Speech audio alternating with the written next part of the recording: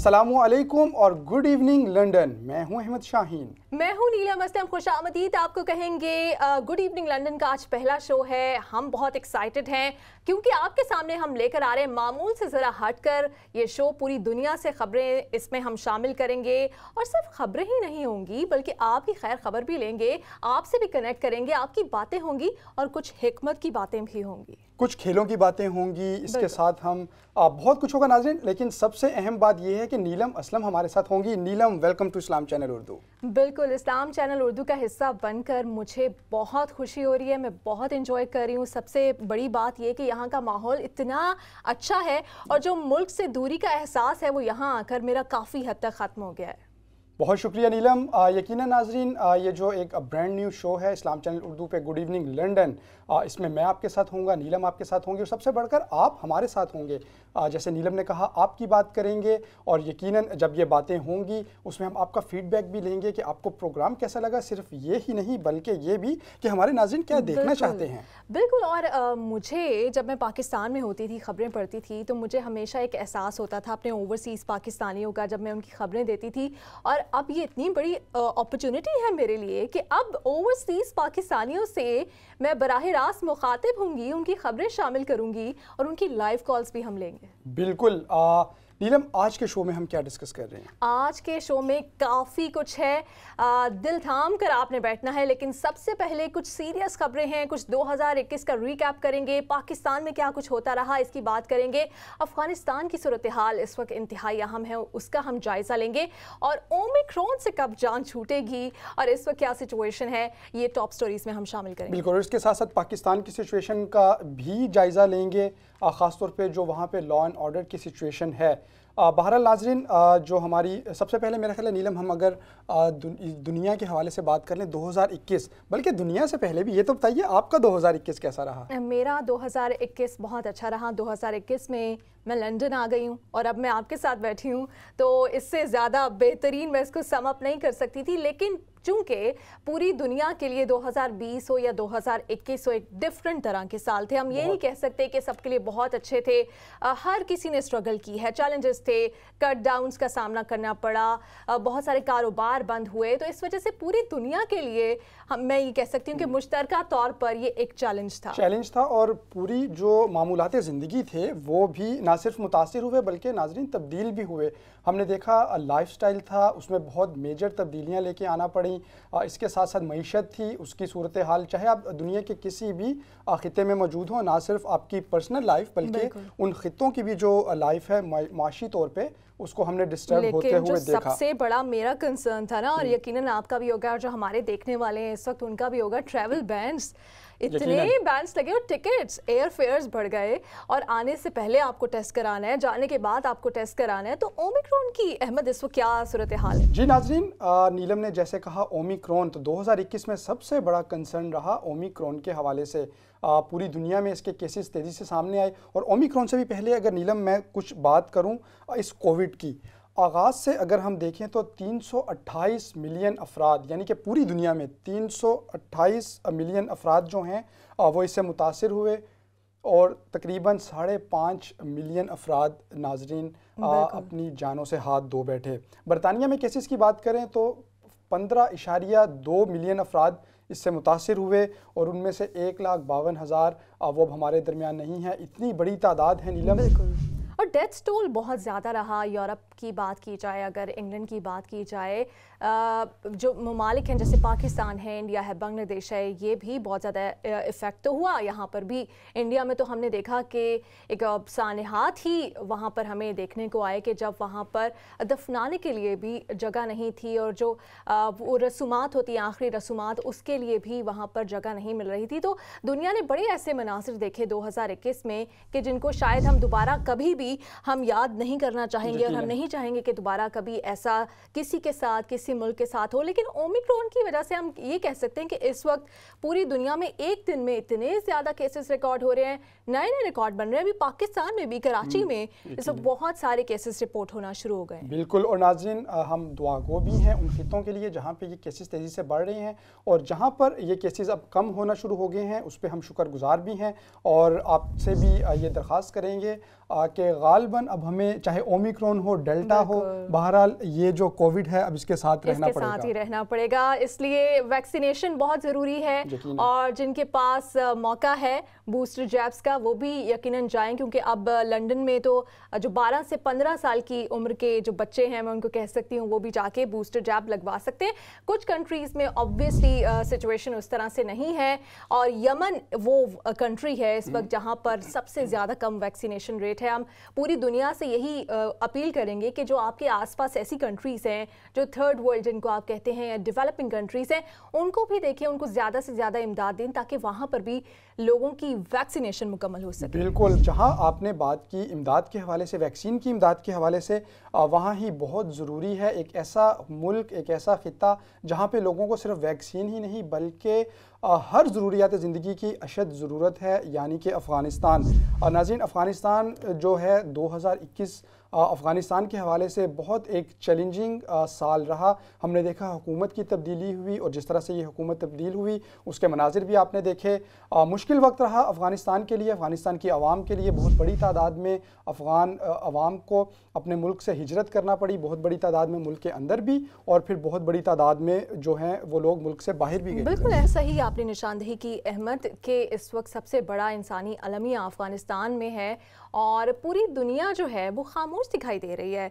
अफ़गानिस्तान में 4 दिहाइयों से एक जंग जारी थी। अब फाइनली हम ये कह सकते हैं पहली बार तारीख में कि वहाँ पर जंग नहीं है, लेकिन अब एक ऐसी जंग है जो कि ज़िंदगी से लड़ी जा रही है, क्योंकि भूख का वहाँ पर लोगों को सामना है। जो बच्चे हैं, हर दूसरा बच्चा जो वहाँ पर पैदा हो रहा है मैल न्यूट्रिशन का सामना करना पड़ रहा है। सर्द मौसम है, ऐसे में जो दुनिया है वो उतनी मदद नहीं कर रही अफ़गानिस्तान की जितनी होनी चाहिए थी। और जो रेफ्यूजीज़ हैं, अगर हम लंदन की बात करें, इंग्लैंड की बात करें, तो यहाँ पर 12,000 मुहाजिरीन जो हैं वो लाए गए हैं, लेकिन उनको भी अभी मुस्तकिल रिहाइशगाह में मुंतकिल नहीं किया गया। जी नीलम, आपने बात की यहाँ पे बरतानिया की और बहुत से ऐसे ममालिक भी हैं जो पिछली तकरीबन 30 सालों से अफ़गान मुहाजिरीन की मेज़बानी कर रहे हैं। ख़ास तौर पे जो अफ़गानिस्तान की नेबरिंग कंट्रीज़ हैं। पाकिस्तान की बात अगर करें, सबसे ज़्यादा पाकिस्तान अब मुसलसल तकरीबन 14 लाख से ज़्यादा अफराद को अपने यहाँ पनाह दिए हुए हैं। बिल्कुल, और ईरान का दूसरा नंबर है। ईरान में और पाकिस्तान में ऐसे बहुत सारे अफ़गान लोग हैं, मुहाजिरीन हैं, जो कि अब वहाँ पर उनको नेशनैलिटी मिलनी चाहिए थी। पाकिस्तान ने स्मार्ट कार्ड्स का इजरा किया है ताकि जितने भी अफ़गान मुहाजिरीन हैं वो उनको वहाँ पर पाकिस्तान आने में और पाकिस्तान से जाने में बड़ी आसानी हो। बहुत सारी नई जनरेशन हम कह सकते हैं कि जो कि पैदा ही पाकिस्तान में या ईरान में हुई है।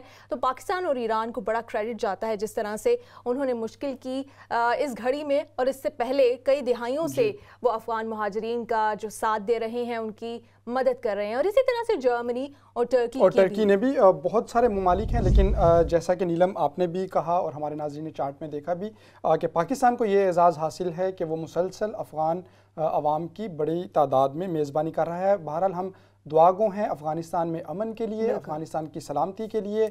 और जिन लोगों को अपने जो ममालिक, अपने मुल्क को छोड़ के दीगर ममालिक में पनाह लेना पड़ी, या वो लोग जो मुल्क के अंदर मौजूद हैं लेकिन अपनी जगहों पे मौजूद नहीं हैं, जैसे नीलम ने आपने बहुत दुरुस्त बात की कि अब जो जंग है वो मौसम के साथ जंग है, वो बीमारी के साथ जंग है, और बहरहाल अफलास के साथ जंग है। बहुत दुरुस्त बात है और हम दुआ गो हैं उन तमाम अफराद के लिए। अच्छा, जब इमिग्रेंट्स की बात हो रही है, रेफ्यूजीज़ की तो हम बात कर रहे थे, इमिग्रेंट्स की भी कुछ बात कर लेते हैं, फिर नेशनैलिटीज़ की बात कर लेते हैं। तो नेशनैलिटी बिल, ये वो बहस है इस वक्त जो पूरी दुनिया में जारी है, और इंग्लैंड जो है यूके मरकज़ बना हुआ है, क्योंकि एक ऐसा बिल लाया जा रहा है कि जिसके ज़रिए से आपकी जो नेशनैलिटी है, जो लोग कई सालों से, कई दिहाइयों से यहाँ पर रह रहे हैं और सिटीज़नशिप उनके पास है, वो उनकी नेशनैलिटी कैंसिल हो सकती है। बिल्कुल दुरुस्त कहा नीलम आपने। और एक ऐसा बिल है जिसमें अभी कन्फ्यूजन भी मौजूद है और इस हवाले से बहुत से ऐसे सवालात हैं जो लोग पूछना चाहते हैं कि क्या वाकई ये पॉसिबल है कि जो शहरियत है, इतनी दहाइयों से जो फ़र्द रह रहा हो एक मुल्क में और यकदम उसकी शहरियत ख़त्म कर दी जाए और उसको बताया भी ना जाए। इस हवाले से हम गुफ्तगू करेंगे। हमारे साथ मोअज़्ज़िज़ मेहमान मौजूद हैं। अफजल खान साहब मेंबर ऑफ पार्लियामेंट हैं, उनको इंगेज करेंगे, उनसे गुफ्तगू करेंगे। अस्सलाम वालेकुम अफजल खान साहब, बहुत शुक्रिया आपके वक्त का, आप हमारे साथ मौजूद हैं। सर, सबसे पहले तो ये बताइएगा कि क्या वाकई डरने की ज़रूरत है इस बिल से, जैसा कि कहा जा रहा है कि शहरियत जो है वो छीन ली जाएगी। इस हवाले से हमारे नाजरीन को आगाह कीजिएगा। देखिए जी, डरना तो नहीं हमें चाहिए, हमें सिर्फ खुदा से डरना चाहिए। लेकिन जहां तक लेजिस्लेशन की बात है तो ये बात क्लियर है कि कह रहे हैं कि जो एक्सपर्ट्स इस फील्ड के अंदर हैं वो कहते हैं कि 6 मिलियन के करीब लोग ऐसे हैं जो इसके जर्द में आ सकते हैं, पर्टिकुलरली वो लोग जिनकी नेशनैलिटी ड्यूल हो, और या वो लोग जिनके पास ड्यूल नेशनैलिटी ना हो बल्कि जो होम सेक्रेटरी है वो ये समझते हों कि इनके पास अल्टरनेटिव नेशनैलिटी है, कि वो स्टेटलेस नहीं होंगे। तो ये खतरा है। तो जो पर्टिकुलरली आप कह सकते हैं पाकिस्तानी हैं, बांग्लादेशी हैं, कंट्रीज के लोग हैं, जमैका एक्सेट्रा, ऐसे लोग हैं, तो ये वो खतरे में हैं। तो इसमें हमें खतरा दूसरी बात का वो ये है कि क्योंकि ये सिर्फ ड्यूल नेशनल जो लोग हैं या वो लोग जिनकी होम सेक्रेटरी समझे कि उनके पास कोई अल्टरनेटिव और नेशनैलिटी है तो उनकी कैंसिल हो सकती है। तो इसका फिर मतलब ये हुआ कि जो सफेद फॉर्म हैं उनको खतरा नहीं है क्योंकि उनके पास तो और कोई नेशनैलिटी नहीं होगी। तो ये वो कंट्रडिक्शन है इंसाफ के नुक्ता नज़र से, क्योंकि इंसाफ जो होता है उसका तकाजा बुनियादी तौर पे ये होता है कि हर शहरी पे कानून बराबरी का लागू होना चाहिए। तो अगर आप 56-60 मिलियन लोग हैं यहाँ पे, तो 60+ मिलियन में सिर्फ 6 मिलियन हैं जिनको खतरा है, तो ये सब पे तो नहीं लागू हो रहा। तो ये एक्सेप्टेबल पॉइंट नहीं है। लेकिन अफजल खान साहब, ये बुनियादी इंसानी हुकूक की खिलाफ वर्जी नहीं है। आखिर इसके समझने के लिए आप ऐसा देखें कि शमीमा बेगम जो थी वो लड़की यहाँ पैदा हुई थी, यहाँ से वो सीरिया गई थी, सीरिया से फिर उन्होंने उसकी नेशनैलिटी कैंसिल की। तो ये जो सारा चीज हुई थी ये उसी के मद्देनजर में गेम हो रही है, क्योंकि उस वक्त उनको मुश्किलात हुई थी और उस वक्त जो हमारे होम सेक्रेटरी थे जावेद साहब कंजर्वेटिव पार्टी के, उन्होंने फिर ये किया था, कोर्ट में फिर गए थे सारी चीज़। तो अब ये चाहते हैं कि इस तरह के लिए उनको किसी अदालत की तरफ ना जाना पड़े बल्कि कर दें। जब शमीमा बेगम के केस को हम देखते हैं तो उसमें ये बात सामने आती है कि वो यहाँ पैदा हुई थी, यहाँ पे बड़ी हुई थी और उसके पास बांग्लादेशी नेशनैलिटी नहीं थी, और बल्कि यही बात नहीं थी बल्कि बांग्लादेश हुकूमत ने ये भी कहा था कि ये हमारी शहरी नहीं है, लेकिन उसके बावजूद होम सेक्रेटरी ने ये कर दिया था। तो अब भी यही पॉइंट है कि जो इस बिल के अंदर क्लोज रखा गया है वो यही है कि अगर होम सेक्रेटरी बिलीव करता है कि उसके पास कोई और नेशनैलिटी है, वो है या नहीं है ये अलग सवाल है, लेकिन अगर होम सेक्रेटरी बिलीव करता है तो वो उसको कैंसिल कर सकते हैं। तो ये वो खतरे की बात है। इसके साथ जो और गलत बात नजर आती है वो ये है कि देखें, अगर आप किसी की नेशनैलिटी खत्म करना चाहते हैं कि आप समझते हैं वो टेररिस्ट है, इसमें दो बातें सामने आती हैं। एक तो ये है कि अगर बात सिर्फ टेररिस्ट के लिए है तो आप अपने इस कानून को महदूद क्यों नहीं कर देते, इसमें आपने और क्लोजेस क्यों रखे हैं कि हमारे मुल्क के मफाद में हो, डिप्लोमेटिक मफाद में हो। तो ये जो टिके हैं ये चीज को ओपन अप कर रही हैं, तो इसको क्या जरूरत थी अगर आपने ये नहीं करना। अफजल खान साहब, इस हवाले से रहनुमाई कीजिएगा कि क्या वाकई ऐसा है कि अपील का हक भी नहीं दिया जाएगा और जो मुतासरा शख्स है अचानक से उसको मालूम होगा कि उसकी शहरियत छीन ली गई है? यही है ना, इसको नोटिस की बात है कि पहली बार कानून के अंदर ये बात लाई जा रही है जो कि आक नोटिस के बगैर भी, वरना नॉर्मली पॉइंट ये होता है कि कानून के नुक्ता नजर से कोई भी सीरियस इशू हो तो उसके ऑपोजिट साइड पे बैलेंस किया जाता है कि वो दरवाजा इंसाफ का बंद नहीं होना चाहिए, ताकि अगर आप समझते हैं कि ये नाइंसाफी है तो आप अदालत का दरवाजा खटका सकें। तो इसमें यही मसला है कि अगर आपको नोटिस भी नहीं देंगे तो उसको कैसे खबर होगी। मिसाल मुझे ले लें, अगर मेरा नेशनैलिटी उन्होंने कैंसिल कर दी है, मुझे इतला ही नहीं है, मुझे कैसे पता चलेगा कैंसिल हो चुकी हो रही है। अच्छा, आखिर में ये भी बता दें कि इसको सपोर्ट कितनी हासिल है अगर बात करें हुकूमती बेंचेस की। ये हुकूमती नुक्ता नजर से तो पॉइंट तो यही है ना कि उनके पास 80 सीट की मेजॉरिटी है, इसलिए आपने देखा है कि जब उसकी रीडिंग फर्स्ट हुई, सेकंड हुई, थर्ड रीडिंग हुई, तो उन्होंने डिस्पाइट इसके कि लेबर पार्टी इसको अपोज कर रही थी, वो विन हुए। और इस वक्त ये हाउस ऑफ लॉर्ड में है। हाउस ऑफ लॉर्ड के अंदर जो चीज है वो ये है कि बैलेंस अब बेहतर है, तो शायद अब उसमें मुश्किलात उनको फेस करें।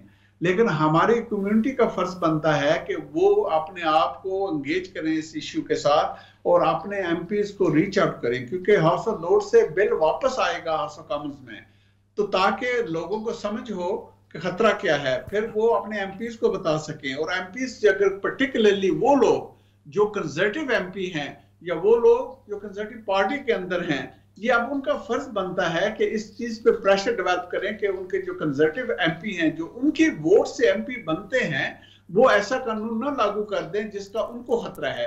तो उनको तभी पता चलेगा जब आप उनको रीच करेंगे। तो ये वो अपील है कम्युनिटी की तरफ के लिए। जी, बहुत शुक्रिया अफजल खान साहब, आप हमारे साथ मौजूद थे, आपने अपने कीमती वक्त से हमारे लिए कुछ लम्हात निकाले।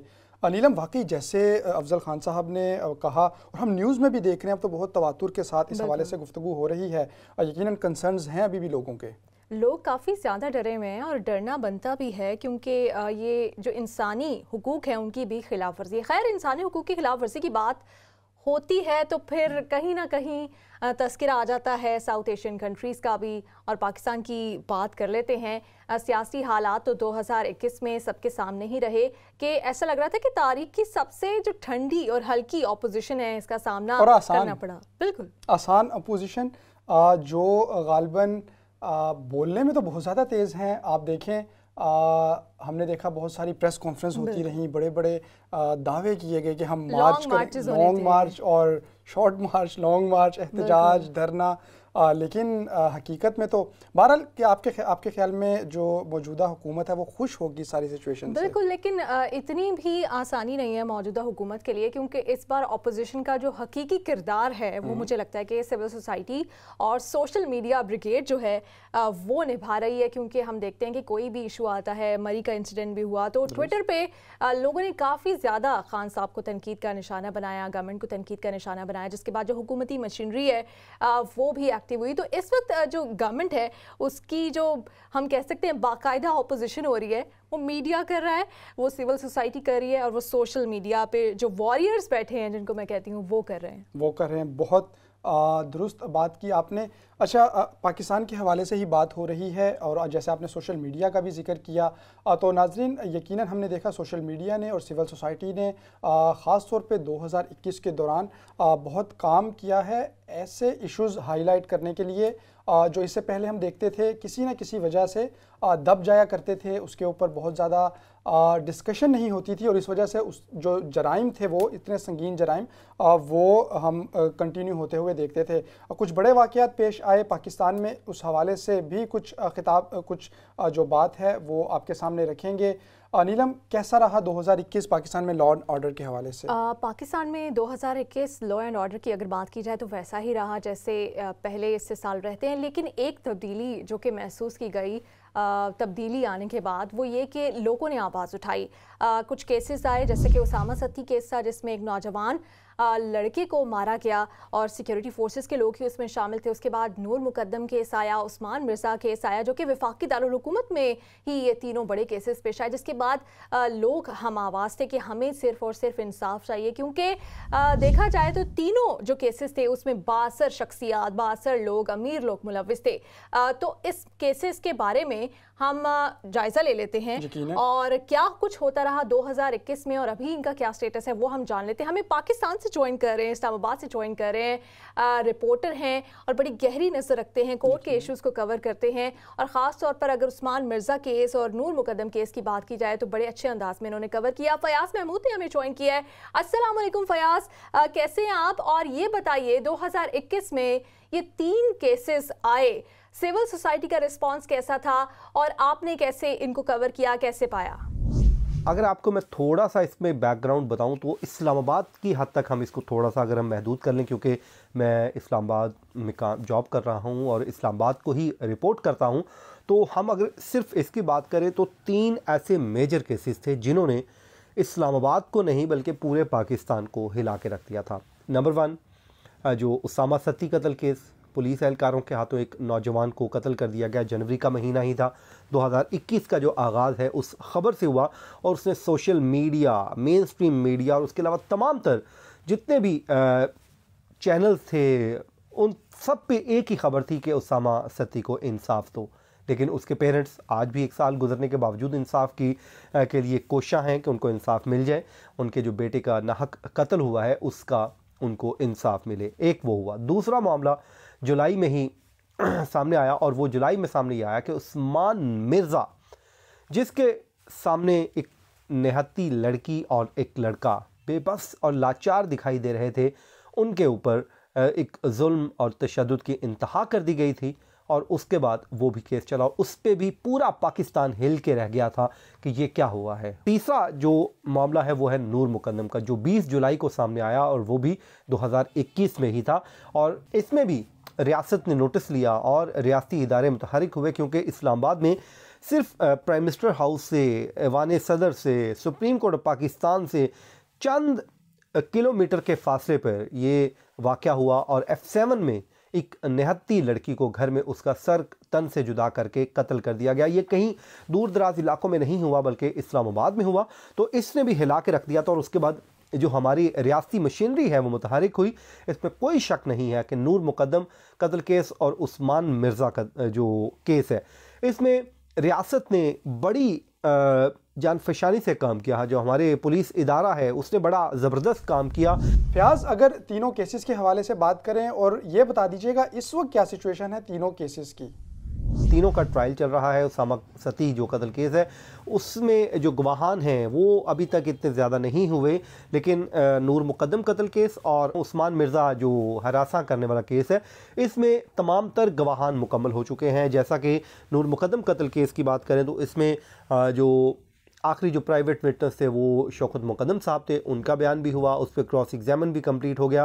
फिर जो तफ्तीशी अफसर हैं उसका भी बयान हो चुका है, लेकिन दूसरी साइड पे तमाम तर गवाहों के बयानात मुकम्मल हो चुके थे और उस्मान मिर्ज़ा केस में लेकिन अचानक आपको पता है एक टर्न आया और टर्न ये आया कि अचानक वो लड़की और लड़का जो इसमें मुतासरा अफरीक है, सुंदस और दूसरा लड़का, इन दोनों ने कमरा अदालत में, भरी अदालत में खड़े होकर एक बयान हल्फी दे दिया कि वो उस्मान मिर्ज़ा को पहचानते नहीं हैं, वो अपने बयान से मुनहरिफ हो गया। उस्मान मिर्ज़ा केस में अब होगा क्या, क्योंकि जो मुद्दई हैं, जो पार्टीज़ हैं जिनके ऊपर सारा केस पेश कर रहा है, उन्होंने तो मुल्ज़िमान को पहचानने से इनकार कर दिया है। अभी ये जो पूरा एपिसोड हुआ उस लड़की और लड़के के मुनहरिफ होने के बाद, तो इसके बाद भी हुकूमत जो है वो बड़ी पुरुम्मीद है कि अदालत के ज़रिए इनको सज़ा हो जाएगी।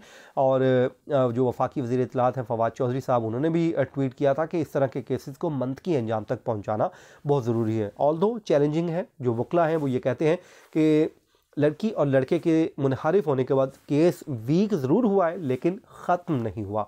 हम इसको ये नहीं कह सकते कि केस ख़त्म हो गया है और हम ये भी नहीं कह सकते कि उस्मान मिर्ज़ा मुकम्मल तौर पे फंस चुका है। इस स्टेटमेंट ने इम्पैक्ट डाला है और अदालत के बाद बड़े ऑप्शंस हैं। अब वकला ने मुतमईन करना है कि वो कैसे इस केस को समेटते हैं या अपने हक में लेके आते हैं।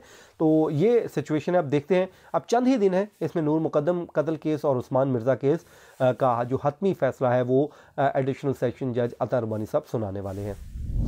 बहुत शुक्रिया फयाज, आपने डिटेल में हमें इन तीनों केसेस से आगाह कर दिया। और उस्मान मिर्ज़ा केस वाकई बहुत बड़ा चैलेंज है जिसमें लोगों का, हम ये कह सकते हैं कि इंसाफ पर, निज़ाम इंसाफ पर उनका एतमाद नहीं है, इसी वजह से वो पीछे हट रहे हैं। लेकिन अच्छी बात यह है कि अब इस केस में हुकूमत मुद्दई बन गई है। अभी मेरे ख्याल से काफ़ी खबरें दे दी हैं हमने, थोड़ा सा ब्रेक लेना चाहिए और जब ब्रेक से हम वापस आएंगे तो स्पोर्ट्स की बात करेंगे और जो तारीख रकम हुई है पाकिस्तान की जानिब से की गई है उसके ऊपर बात करेंगे। Stay with us.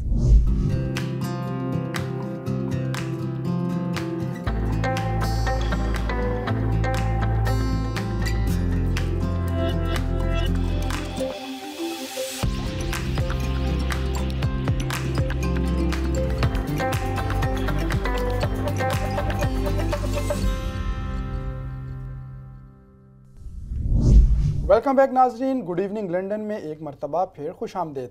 प्रोग्राम के पहले हिस्से में हमने बात की न्यूज़ के हवाले से और ख़ास तौर पे 2021 की जो टॉप न्यूज़ थी और जो अहम मामलात रहे उनको डिस्कस किया।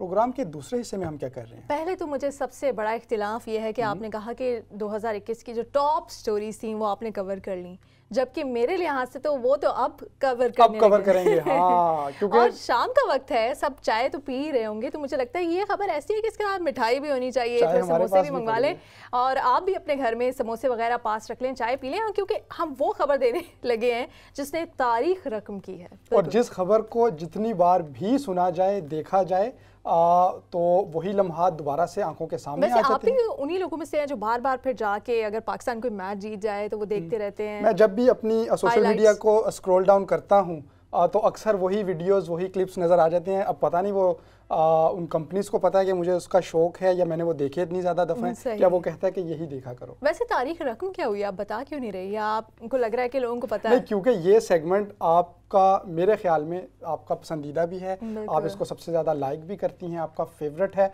और बहुत सारे नाजरीन का भी फेवरेट होगा, यानी कि स्पोर्ट्स। अच्छा, वैसे हम बहुत सारे हमारे इंडियन व्यूअर्स भी हैं, उनको हम बताते जाएं कि उनकी टीम बहुत अच्छी है, इंडिया की टीम बहुत अच्छी है और उसमें बहुत सारे ऐसे प्लेयर्स हैं जो मेरे पर्सनल फेवरेट हैं, इंक्लूडिंग विराट कोहली। लेकिन हुआ क्या T20 वर्ल्ड कप में कि पाकिस्तान ने तारीख तो रकम की ही, कि ये कहा जाता था कि वर्ल्ड कप में कभी पाकिस्तान इंडिया को हरा नहीं सकता। उससे पहले एक बड़ी डिबेट जारी रही सोशल मीडिया पे और कुछ ऐसी बातें भी हुई जो नहीं होनी चाहिए थी। पाकिस्तान को बड़ा अंडर एस्टिमेट किया गया, लेकिन पाकिस्तान ने बता दिया कि कभी पाकिस्तान को अंडर एस्टिमेट नहीं करना, क्योंकि सिर्फ मैच हराया नहीं, 10 विकेटों से हरा दिया और पहली दफा, और इससे बड़ी कामयाबी तो शायद अब हो भी नहीं सकती, 11 विकेट से तो नहीं हरा सकते। बिल्कुल ऐसे ही। तो ये लम्हा रहा पाकिस्तान की क्रिकेट के लिए, पाकिस्तान की T20 क्रिकेट के लिए यादगार। आपके फेवरेट कौन है वैसे पाकिस्तान की टीम में अभी जो मौजूद है हमारी टीम? इमरान खान। वो तो कभी हम उनको भूल ही नहीं सकते ना। वो तो कभी पाकिस्तान क्रिकेट क्योंकि से, चाहे वो क्रिकेट में हो या क्रिकेट से बाहर हो, उनके कारनामे ऐसे हैं। रिजवान नहीं आपको अच्छे लगे? नहीं, रिजवान बहुत अच्छे लगे, खास तौर पे हमारी पाकिस्तान क्रिकेट टीम इस पूरे टूर्नामेंट में भी। और इसके बाद अभी देख लें, जैसे बिग बैश जारी है, उसमें हारिस रऊफ जिस तरह से खेल रहे हैं और हसनैन ने अपना जैसे डेब्यू किया उसमें। हारिस रऊफ सिर्फ खेल ही नहीं रहे, सबको बता भी रहे हैं कि आपने जो सैनिटाइज कैसे करना है हाथों को और अपना ख्याल कैसे रखना है। अच्छा, आपने अपने बात की माजरत, आपकी बात काट रहा हूँ। फेवरेट प्लेयर तो कोई भी हो सकता है, लेकिन सबसे ज्यादा अच्छी परफॉर्मेंस, अच्छा जो बिहेवियर था, वो शाहनवाज धानी का लगा मुझे। नो डाउट, वो तो अब लग रहा है कि वजीर आला सिंध बनेंगे मुझे। खैर, वजीर खारजा क्रिकेट तो वो पहले ही है। बिल्कुल ऐसे ही है। पाकिस्तानी टीम खेली कैसे, कितने रिकॉर्ड्स बनाए, ये आपको दिखाते हैं इस पैकेज में।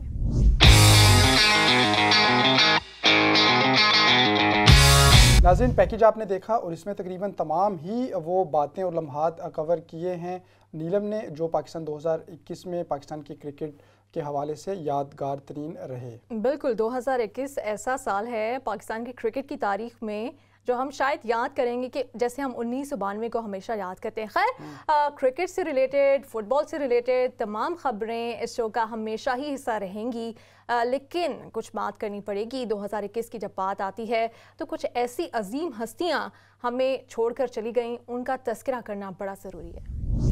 यकीनन बहुत सी ऐसी शख्सियात हैं, और ख़ास तौर पे अगर हम इंटरटेनमेंट इंडस्ट्री की बात करें, उसमें वो लोग जो हमेशा हमें हंसाते रहे, फारूक कैसर साहब की बात करें, उमर शरीफ साहब की बात करें, इस तरह के बेशुमार शख्सियात हैं। सुम्बुल शाहिद हैं जो कि पाकिस्तान की ड्रामा इंडस्ट्री में जिन्होंने बहुत हंसाया लोगों को, बहुत अच्छी एक्टिंग की, कमाल एक्ट्रेस थी, वो भी कोरोना के बायस हमें कोई शक नहीं इसमें। और नाज़रीन, फारूक कैसर साहब की बात हो रही है, तो नीलम क्या ख्याल है, उनका एक क्लिप ना देख लें जिस हवाले से वो मारूफ थे, अंकल सरगम। दुरुस्त।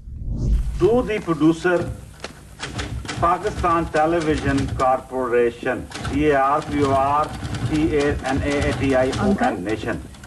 ओ चल रही और ठक ठक बंद कर भाई। और मोना जी का ऑडियो लेवल चेक करना है। मोना जी जी आप जरा अपना ऑडियो लेवल चेक कराएं जी। अच्छा, क्यों भाई साउंड इंजीनियर, आवाज ठीक है भाई? हाँ जी ठीक है जी, ठीक है। बस ठीक है मोना जी, ब्लास्ट आ रहा, वैसे आस्ता बोले ठीक है। माशाल्लाह माशाल्लाह, सुभान अल्लाह, क्या बात है, क्या टेक्निकल बंदे रखे हुए हैं। प्रोड्यूसर साहब, मैं माफी चाहता हूँ, मैं काम नहीं कर सकता इस चंक में, बार बार मुझे डिस्टर्ब किया जाता है। क्या बात है, तेरी चल रही 1 2 3 करके शुरू कर दे भाई। देखा देखा, ठीक है 1 2 3 कर लिया मैंने। मिस मोना, आपने ये देखा, मैं इसमें गर्मी सर्दी में कॉर्पोरेशन के स्पेलिंग भूल गया हूँ, CARPOR, पुअर नेशन, पता नहीं क्या। मैं भी यही देख रही थी, आपने गलत लिखी है उनकी स्पेलिंग्स। कोई बात नहीं, कोई बात नहीं, स्पेलिंग कौन पढ़ेगा मिस मोना। क्या मतलब? तो खास डायरेक्टर साहब के पहुंचने से पहले ही फाइल में लग जाएगी, यहाँ रद्दी की टोकरी में पहुंच जाएगी। आपका मतलब है कि ये एप्लीकेशन आपने लिखी है? एप्लीकेशन जब शुरू होती है तो एप्लीकेशन होती है, यूं ही पहुंचती है आगे तो ये कॉम्प्लिकेशन बन जाती है। Complication uncle? केस ही बड़ा कॉम्प्लिकेटेड है तो कॉम्प्लिकेशन ही हुई ना। आखिर हुआ क्या? होना क्या है मिस मोना, वो अपना रोला जो है ना, उसको किसी बच्चे ने आधी सड़क उठा के सर पे मार दी। आधी सड़क अंकल? हाँ बिल्कुल आधी सड़क। लो मक्खी आ गई, मक्खी स्लिट करो भाई। ओए ये तुम रो रहे, वो हौसला रखो, और तुम्हारा ही तो केस में टाइप कर रहा था भाई। रोले क्या हुआ? बच्चों ने मुझे पत्थर मारे, सर भी जख्मी हो गया है। मगर अंकल तो कह रहे थे किसी ने आपको सड़क मार दी है। मिस मोना, हमारे यहाँ जब तक केस को बढ़ा चढ़ा के बयान ना किया जाए लोगों को यकीन नहीं आता। कितने खूबसूरत अंदाज में मिजाह का इस्तेमाल करते हुए बड़े बड़े मैसेजेस देते थे, और हम तो काफ़ी रिलेट भी कर सकते हैं क्योंकि ऐसा ही होता है, ऐसा ही माहौल होता है। हमारा जो बिल्कुल पैनल कंट्रोल रूम है उसमें भी ऐसी इंस्ट्रक्शंस आ रही होती हैं, जो एंकर्स होते हैं उनका भी आपस में ऐसा ही माहौल होता है। तो बहरहाल हमारा जो साउंड चेक है और जो काउंट डाउन है वो अभी तक तो बिल्कुल दुरुस्त जा रहा है। बिल्कुल, और अल्लाह करे ऐसा ही रहे, क्योंकि ज़रा सी भी देरी हुई काउंट डाउन में तो हम पता नहीं क्या ऐसा बोलते चले जाएंगे और फिर कोई ब्लूपर्स भी बन जाते हैं। यकीनन ऐसा ही है। और हमने बात की फारूक कैसर साहब की, और एक और लेजेंड जिनका जिक्र करना बहुत ज़रूरी है, उमर शरीफ साहब। पूरी ज़िंदगी हमें हंसाते रहे और इस हवाले से वो किसी तारुफ के मोहताज नहीं कि मैं यहाँ बैठ के उनका कोई तारुफ करवाऊँ। एक क्लिप है मुख्तसर सा, वो देखते हैं। अमेरिका से जो लोग जा रहे हैं, जो अमेरिका से आ रहे हैं पाकिस्तानी, जो अमेरिका जा रहे हैं पाकिस्तानी, उन्हें एक ही बात कहूँगा कि जब किसी भी वतन में जाओ, अपने वतन की कल्चर को, उसकी ज़बान को, उस मुल्क की हर चीज़ को एहतियात से रखो, उसमें इज्जत का इजाफा करो, उसमें लोगों को पता चले कि कोई सिविलाइज्ड लोग हमारे मुल्क में आए हैं। खुदा के लिए अपने वतन की इज्जत और आबरू बाहर के मुल्कों में बनाइए। अपने मुल्क में आप जो करें कुछ नहीं फर्क पड़ता, बाहर के मुल्क में जाकर के। अब हमारे लोगों को लाइन में लगने का शौक नहीं है। अमेरिका में हर चीज़ लाइन से निकलती है, हमारे आदमी लाइन से निकलते। ये तो यहाँ पे आप कराची में देख लें, बसों में खिड़कियों में से बैठते हैं। हमारे यहाँ लाइन में लगने का रिवाज नहीं है। मैं चाहता हूँ जब बाहर आप जाएं लाइन में भी लगे, तमीज़ से भी बात करें, खाएं पिए भी। हमारे वहाँ तो अजीब ही लोग हैं ना खाने पीने के मामले में। अब वहाँ पे मैं गया हूँ, मैंने पानी पिया, मेरा पेट खराब हो गया। उसकी वजह यह है कि खालिश पानी पिए हुए सदियों हो गई। हमें आदत है अपने पानी की। हमारा पानी फ्रांस टेस्ट होने के लिए ऊपर से लेबोरेटरी ने लिख के दिया कि ये पानी जानवरों के लिए ठीक नहीं है, जैसे हम लोग पी रहे हैं, वो तो जानवरों के लिए ठीक नहीं है। खाना खाया पेट खराब हो गया, खालिश चीज़ों की आदत ही नहीं रही। तो बाहर मुल्क में जाने से पहले एहतियात करें आप हमेशा, क्योंकि तलाशियां हमारी जो होती है इसी वजह से होती हैं। हमारी तो एयरलाइन वहाँ उतरे तो ऐलान हो जाता है वो आ रहे हैं, आप लोग भी आ जाएं। वो अपने सारे ज़हीन लोग जमा कर लेते कि अपनी चीज़ों को, अपनी आदतों को बदलना है। हमने थोड़ा सा अपने स्टाइल को चेंज करना है। एक तो हम लोगों ने ये करना है कि एक तो हमने ये ख्याल रखना है कि हमारी किसी बात से किसी का दिल ना दुखे। इस बात को जहन में रखें कि अल्लाह ताला फरमाता है कि मैं दिल का दुखावा नहीं छोड़ता। दिल का दुखाना बहुत बुरी बात है। आपस में इखलाक से पेश आए, मोहब्बत से पेश आइए, एक तमीज़ और तहजीब को अपनाइए। ये मत कीजिए कि खुदा ना खास्ता कोई हमारे यहाँ हर चीज़ का हिसाब किताब गलत हो गया। अब देखिए जितनी महंगाई हो रही है, अल्लाह माफ़ करे तो बस। शेर कितना बड़ा, कोई मुझे कह रहा है शेर बहुत जीदार जानवर है शेर। मैंने कहा शेर कुछ भी नहीं है, इसे बिजली के 4 बिल भिजवाओ और फिर इससे पूछो कितना शेर है ये केसी के ट्रक के पीछे पीछे कुत्तों की तरह फिर रहा होगा कि भाईजान मेरी बात तो सुने, भाईजान मेरी बात तो सुने, भाई मैं शेर हूँ ठीक है, लेकिन यार मेरी बत्ती तो नहीं काटो यार। हमें अल्लाह तबारक व तआला ने सब कुछ दिया हुआ पाकिस्तान में, हम यहाँ भी रह करके मेहनत कर सकते हैं। हम बाहर जाते हैं, दुबई में खड़े हुए, अमेरिका में, लंदन पे सिग्नल पे खड़े हुए, मगर सिग्नल को नहीं तोड़ रहे। रात के 4 बजे में हमारा आदमी खड़ा हुआ, यहाँ पे शाम को 7 बजे ये करके निकल जाएगा। अरे भाई तुमको रुकने की आदत अपने मुल्क में भी डालो ना, सारा कानून यहाँ पे भी नाफिज करो ना अपने ऊपर, तो क्राइम खत्म हो जाएगा, जुराइम खत्म हो जाएंगे जब हम अपने आप को ये सोच लेंगे कि हमने ये नहीं करना। इंग्लिश बोले, बहुत कोई बुरी बात नहीं है, मैं बोलता हूँ हर आदमी को बोलनी चाहिए। अब आप लोगों में कितने लोग होंगे जो अंग्रेजी बोलते होंगे, कुछ लग भी रहे हैं, दूर से लग रहे हैं, दूर से लग रहे हैं उनके चेहरे, इंग्लिश चेहरे अलग ही होते ना। यूं इंग्लिश लड़के जितने भी उस एरिया के हैं, ये समंदर पार की तरफ के बच्चे, वो कभी आपको सीधे खड़े हुए नजर नहीं आएंगे। यूं होगा या यूं होगा या यूं खड़ा हुआ होगा। ये लालू खेत, नाजमाबाद, मलीर, कोकरापार, गुलबर्ग, समनाबाद, यहाँ के लड़के ये खड़े हुए स्टाइल है।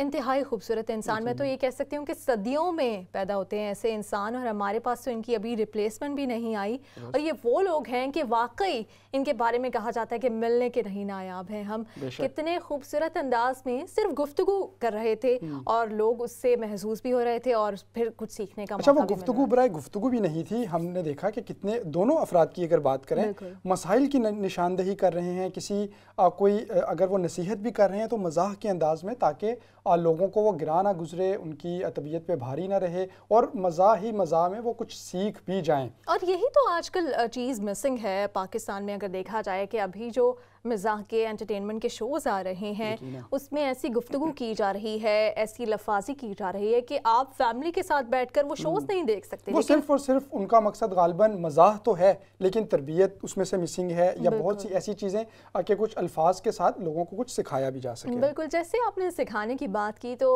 हम भी कुछ सिखाना चाहेंगे अपने व्यूअर्स को। और बचपन में कभी आपने पैसे जमा करने के लिए वो गल्ला या बॉक्स खरीदा था कभी?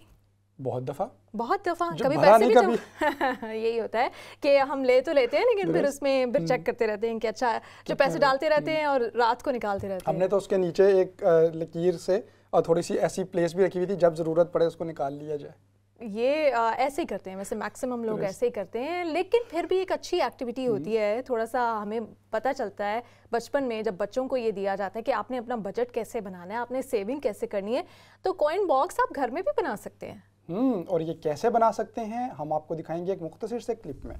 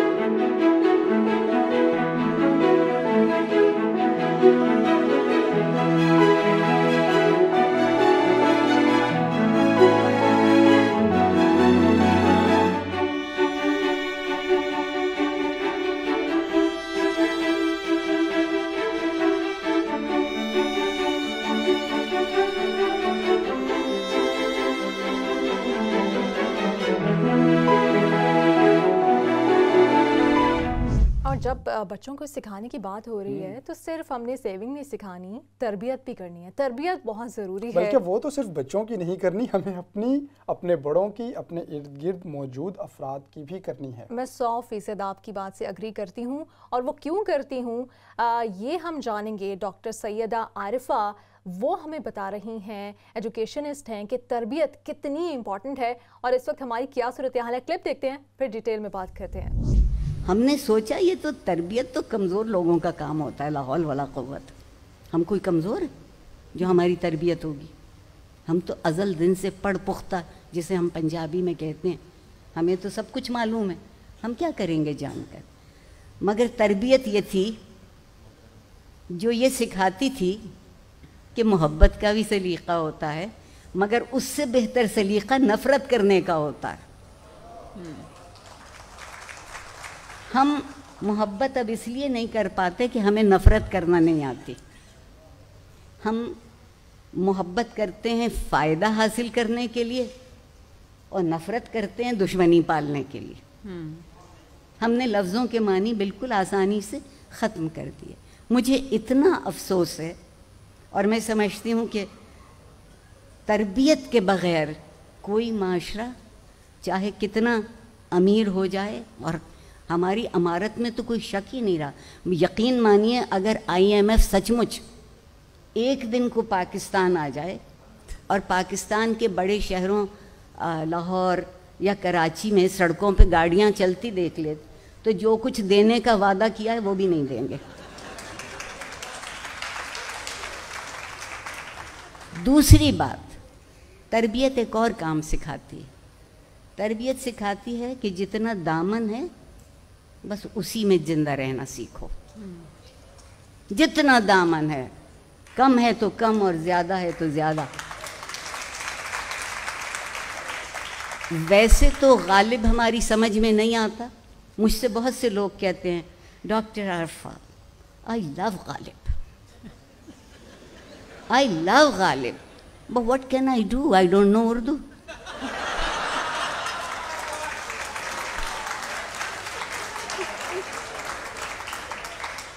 तो अगर उनके इस जुमले को मैं अंग्रेज़ी में यूँ कहूँ कि doctor Arfa, I love life but I don't know तरबियत।